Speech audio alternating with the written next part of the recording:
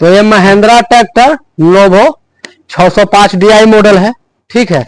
और ये काम करता है पाइलिंग का, यानी कि गड्ढा करके पॉल लगाने का जो काम होता है ये उसी इंप्लीमेंट में चलता है, ठीक है। पाइलिंग का काम करता है, जैसे कि देख सकते हैं। थोड़ा दिखाइए इधर आगे और पीछे दिखाइए, ठीक है। तो ये पाइलिंग का काम करता है, यानी गड्ढा करके इलेक्ट्रिक पॉल को लगाने का काम करता है, ठीक है। लेकिन इसमें एक समस्या क्या आ रहा है कि इसका इंजन का ऑयल लेवल ट्रैक्टर चलते चलते और बहुत जल्दी, ठीक है, 5 मिनट चलेगा, 10 मिनट चलेगा और इसका इंजन का ऑयल का लेवल बढ़ जाता है। और इतना ज्यादा बढ़ जाता है, इतना ज्यादा मात्रा में बढ़ता है कि इसका जो ऑयल लेवल गेज है, जिससे हम लोग चेंबर का संप का ऑयल का लेवल चेक करते हैं, वहां से इसका पूरी तरह से ऑयल बाहर निकलने लगता है। इतना इसका संप का ऑयल यानी इंजन ऑयल बढ़ जाता है, ठीक है। तो इंजन ऑयल लेवल बढ़ने का बहुत सारा ऐसे अनेकों कारण होता है जिसके कारण से इंजन का ऑयल लेवल बढ़ता है, ठीक है। और इस पर हम एक पूरी तरह से वीडियो भी बनाए हैं पूरी ट्यूटोरियल के साथ कि इंजन में ऑयल का लेवल क्यों बढ़ता है। उसमें पानी भी जा सकता है, कूलेंट भी जा सकता है, ठीक है, गियर का ऑयल भी जा सकता है, डीजल भी जा सकता है। बहुत सारा ऐसा रीजन होता है कि पानी चला गया, कूलेंट चला गया, डीजल चला गया, गियर का ऑयल लेवल चला गया, यानी कि कहीं ना कहीं से कुछ मटेरियल चेंबर में एक्स्ट्रा आ रहा है, तभी इंजन का ऑयल लेवल बढ़ता है, ठीक है। और इस पे हम फुल ट्यूटोरियल में एक वीडियो भी बनाए हैं। अगर वो वीडियो को अभी तक आप लोगों ने नहीं देखा है तो देख लीजिएगा। और इस वीडियो के अंत में हम एक इंड स्क्रीन लगा देंगे, जो कि ये वीडियो के अंत में लास्ट में एक थंबनेल शो होगा। उस थंबनेल पर क्लिक करके वो पूरी तरह से उस पे पूरी ट्यूटोरियल में ही वो वीडियो में पूरी कंप्लीट समझाया गया है कि कोई भी ट्रैक्टर हो या डीजल इंजन हो, ठीक है, उसमें ऑयल का लेवल क्यों बढ़ता है, क्या कारण होता है, क्या क्या कारण होता है। उसमें अगर पानी जाता है तो भी बढ़ता है, तो पानी कैसे कैसे जा सकता है, कौन कौन रास्ता से कूलेंट और पानी इंजन में संप में जाता है, तो गियर ऑयल जाने का इंजन में कौन कौन सा रास्ता है, ठीक है। डीजल जाता है तो भी इंजन का ऑयल लेवल बढ़ता है, तो डीजल कहां कहां से जा सकता है और कौन कौन रास्ता से कैसे जाता है और क्यों जाता है और कब जाता है, इसके बारे में पूरा कंप्लीट एक वीडियो हमने बनाया है। वो वीडियो को पूरी तरह से देख लीजिएगा। तो ऑयल लेवल इसका बढ़ रहा है क्यों कि इसका गियर का हाइड्रोलिक ऑयल सीधा संप में आ रहा है, ठीक है। और वो भी बहुत तेजी से बढ़ रहा है। अगर 5 मिनट भी ट्रैक्टर स्टार्ट रह जाए तो इसका संप में इंजन का ऑयल लेवल पूरी तरह से इतना भर जाता है कि इसका ऑयल गेज से भी बाहर फेंकने लगता है, ठीक है। तो इसका कारण क्या हो सकता है, कारण तो अनेकों हो सकता है, लेकिन इससे हमने चेक किया है, ठीक है, इसको हमने चेक किया है। तो इसका हाइड्रोलिक का ऑयल लेवल बहुत तेजी से घटता है, और जितना तेजी से इसका ऑयल लेवल घटता है गियर का, उतना तेजी से इंजन का ऑयल लेवल भी बढ़ता है। तो इसका मतलब है कि इसका गियर का हाइड्रोलिक ऑयल सीधा इंजन का संप में आ रहा है, ठीक है। इंजन का संप में आने के कारण से ही इसका इंजन का ऑयल लेवल बढ़ रहा है, ठीक है। तो इसको हमने पूरी तरह से चेक कर लिया है, ठीक है। और चेक करने के बाद ये पता चला, ये कंफर्मेशन मिला कि इसका हाइड्रोलिक ऑयल ही इंजन में जा रहा है।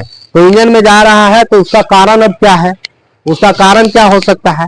उसका मेन वजह है हाइड्रोलिक पंप का सील का डैमेज हो जाना, यानी हाइड्रोलिक पंप का सील पूरी तरह से कट जाना। हाइड्रोलिक पंप का सील ही बिल्कुल कट गया है, क्योंकि इतना रेस में जा रहा है कि इतना ज्यादा मात्रा रेस में जाने का मतलब है कि इसका हाइड्रोलिक सील बिल्कुल पूरी तरह से डैमेज हो गया, ठीक है। तो अभी हम आप लोगों को इसका ऑयल का लेवल गेज जो है उसको बाहर निकालकर और दिखाएंगे कि उसमें कितना मात्रा में ऑयल इसका इंजन के संप में भरा हुआ है, ठीक है। इसे तो हमने कंफर्म चेक कर लिया और पूरी तरह से हम इससे कंफर्म है कि इसका हाइड्रोलिक का ऑयल ही इसमें जा रहा है, ठीक है।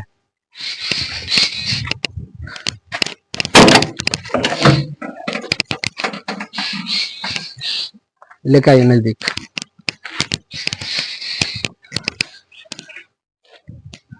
तो यहाँ देखिए इसका ऑयल का लेवल का गेज है, और ये गेज को हम बाहर निकालते हैं और ये देख सकते हैं कितना ज्यादा मात्रा में इससे ऑयल बहने लगा, ठीक है। नीचे से दिखाइए, यहाँ से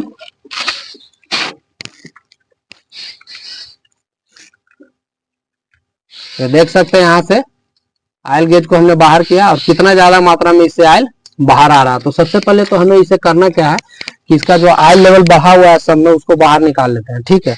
और बाहर निकालने के बाद इसका हाइड्रोलिक पंप को खोलेंगे यहाँ से, और ये हाइड्रोलिक पंप खोलने के बाद इसका सील को चेक करेंगे। जो आगे में सील लगा हुआ रहता है उस सील को चेक करेंगे, और ऐसे इसका मार्केट में सील मिला नहीं है, ठीक है। तो इसके लिए एक हाइड्रोलिक पंप का ऑर्डर लगाया गया है और हाइड्रोलिक पंप आ भी गया है, ठीक है। तो देखते हैं वो कौन सा मॉडल का है, क्या है। ठीक है, तो सबसे पहले तो हम इसका हाइड्रोलिक्स पंप को डिसेंबलिंग कर लेते हैं, खोल के बाहर निकाल लेते हैं। तो इसका सील नहीं मिलने की वजह से इसका हाइड्रोलिक्स पंप को हमने मंगवाया है।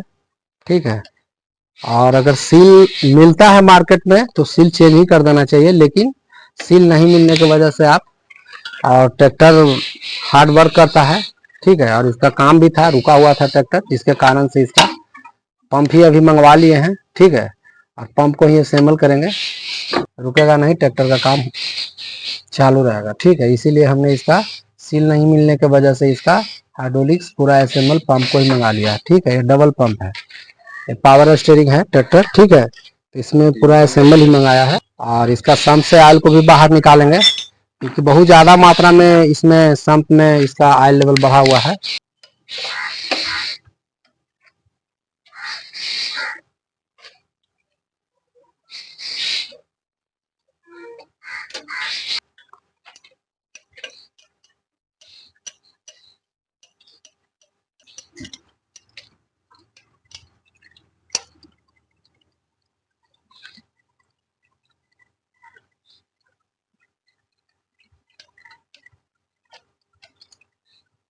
तो बस यहाँ से 4 बोल्ट खोलना होता है 13 mm का। ठीक है, और आराम से पंप पूरा तरह से बाहर आ जाता है। ठीक है, 3 बोल्ट खुल गया है, चौथा बोल्ट खुल रहा है।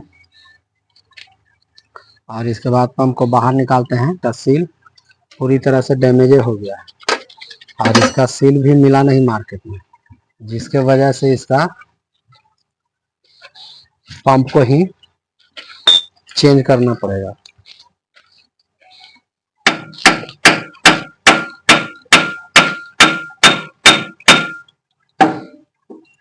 तो इस तरह से इसे आराम से और बाहर की तरफ खींचेंगे। तो